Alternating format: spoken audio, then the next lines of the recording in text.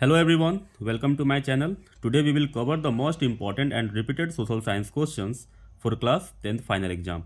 These questions have a high chance of appearing, so stay till the end, take notes and boost your revision, okay?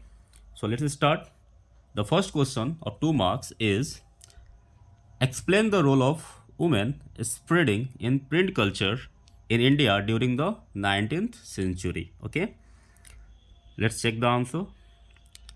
The role of women in spreading print culture in India during the 19th century, women played a significant role in spreading print culture by writing, first is writing, second, publishing books, magazines, and journals. Okay, they also contributed to social reform by discussing issues like women's education, widow remarriage, and social equality through printed media. Okay, next, second question is mention any two aspects of occupational mobility. Okay, two aspects of occupational mobility. Now, the answer is the two aspects of occupational mobility. First, horizontal mobility, that means movement of individuals or groups within the same social class or occupation. Example, a teacher shifting from one school to another. Okay. Now, the second is vertical mobility. Okay, the movement of individual or groups between the different social or economic classes. Example, a clerk being promoted to a managerial position. Okay, next, so our third question is explain any two technological reforms initiated by the Indian government in agriculture. Okay, so the question is two technological reforms initiated by the Indian government in agriculture. Okay, check the answer. The two technological reforms in Indian agriculture, the first, introduction of high yielding varieties seeds to increase crop production, HYV, and the second, implementation of modern irrigation techniques like drip irrigation and sprinkler system. Okay, next, how has agriculture, okay, the question number 4 is how has agriculture been the backbone of Indian economy? Explain. So agriculture is the backbone of Indian economy. Explain. The answer is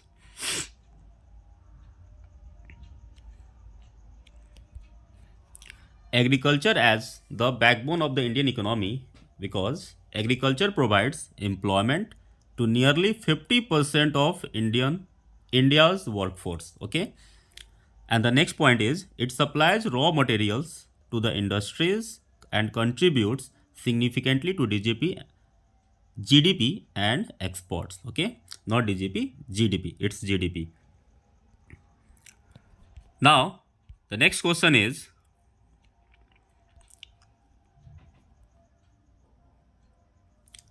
analyze the role of tertiary sector in Indian economy. Okay, so tertiary sector in Indian economy, the role. Okay, the role of tertiary sector in Indian economy.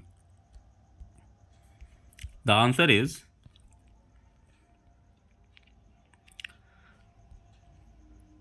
the role of tertiary sector in Indian economy. The tertiary sector includes services like banking, education, healthcare, and transportation, which supports primary and secondary sectors. It contributes, second point is, it contributes significantly to GDP and generates employment opportunities. Okay. So the next question is mention any two aspects of occupational mobility. Okay, so two aspects of occupational mobility. Answer is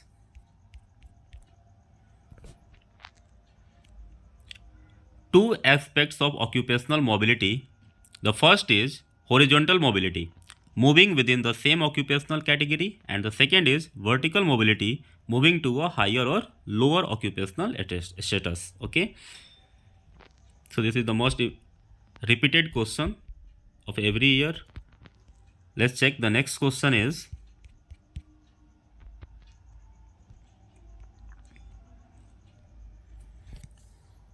mention different aspects in which women are discriminated against in India. Okay, the different aspects in India in which women are discriminated against in India. Now the answer is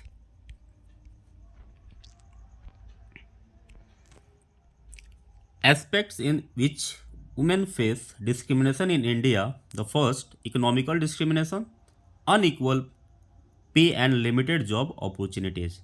And the second is social discrimination, gender bias in education, marriage and property rights. Next, question number 8.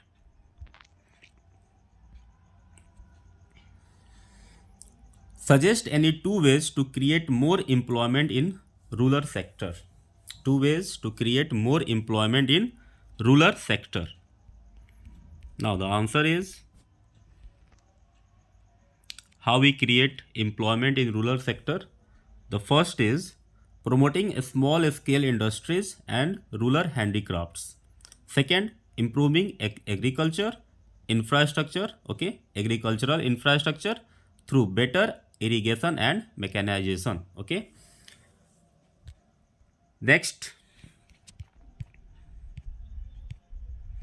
the 9 number is energy saved is energy produced.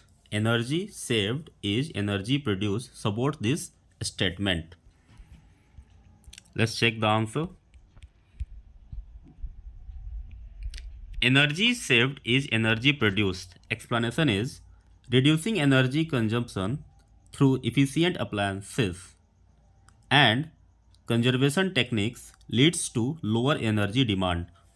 Next is conservation reduces the need for additional energy production, thereby saving resources and reducing environmental impact. Okay, so these are the 2 marks of questions, very important questions. Okay, now we will check the 3 marks questions. Okay, the 3 marks questions are, the first question of 3 marks is why did the non-cooperation movement slow down in towns and cities? Explain. Okay, the question is why did non-cooperation movement slow down in towns and cities? Explain.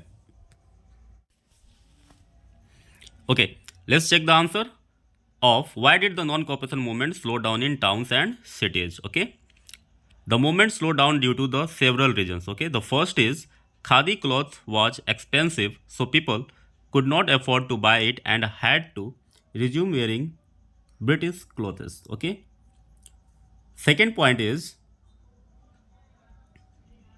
the boycott of British institutions like schools, colleges and offices was difficult since alternative Indian institutions were not well developed. Okay, the next point is merchants and traders suffered economic losses leading to a lack of long-term supports. Okay, so these are the 3 main points which slow down the non-cooperating movements in towns and cities. Okay, now the second question is explain the participation of the business class in the civil disobedience movement. The business class supported the movement because they opened colonial policies that restricted Indian industries. Okay. The second point, they wanted protection from foreign imports and believed Swaraj, self-rule, that means Swaraj means self-rule, would encourage indigenous businesses. Okay. The next is they provided financial support to the movement and encouraged workers to participate. Now the third question is how is resources planning a complex process? Resource planning is a complex process. Explain. Resource planning is complex because it involves identifying and surveying available resources. Second point is resources must be developed based and on technology, institutional structures and resources availability. That means it involves identifying and surveying available resources. Second, resources must be developed based on technology, institutional structures, and resources availability. The third point is equitable distribution is needed to avoid regional disparities and ensure sustainable development. Okay, the next question is globalization and competition among producers have been of advantage of consumers justify. Okay, the question is globalization and competition among producers have been of advantage to consumers justify. Globalization benefits consumers through first point is increased variety of goods and services at competitive prices. The second is quality and innovation due to competition, and the third is access to global brands and advanced technology. Okay, the next question is what is gross domestic product GDP? Why are final goods and service included in GDP calculation? What is the gross domestic product GDP and why are final goods and services included in GDP calculation? The answer is GDP is the total value of all final goods and services produced within a country in a specific period. Final goods and services are included because first point, they represent the actual value added to the economy. Second, counting intermediate goods would lead to double counting. And the third, it gives an accurate measure of a nation's economic performance. Okay.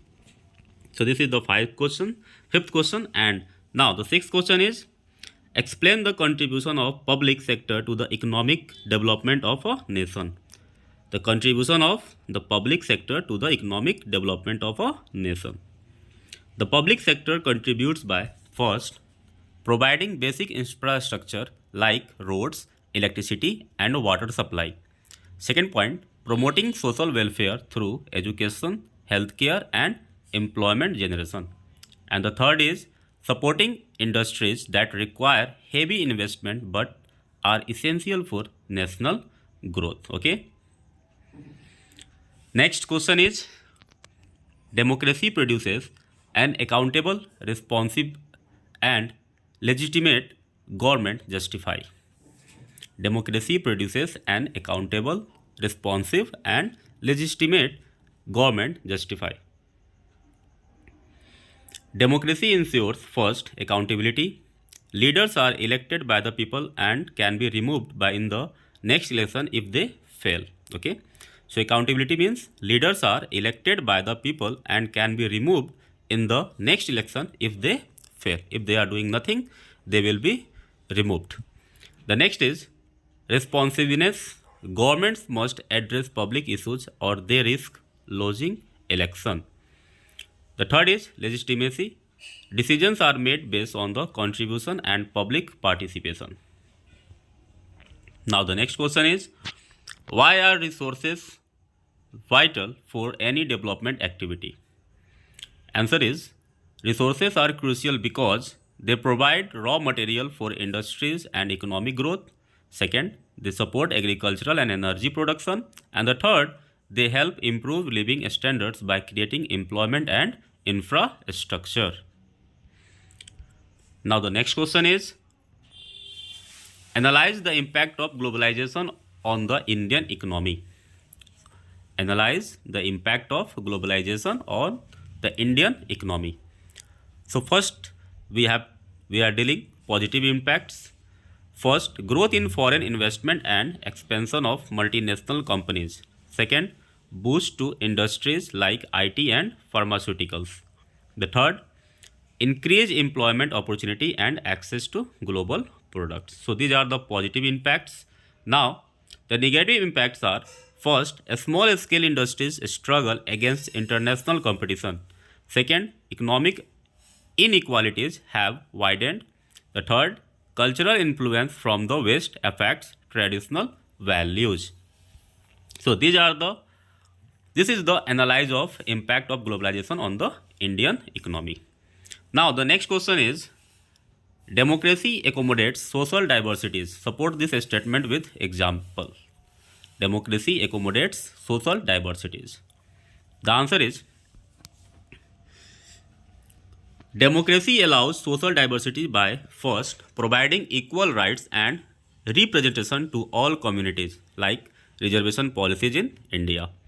Second, encouraging peaceful negotiations and consensus building among different groups. The third is allowing cultural and linguistic diversity to flourish.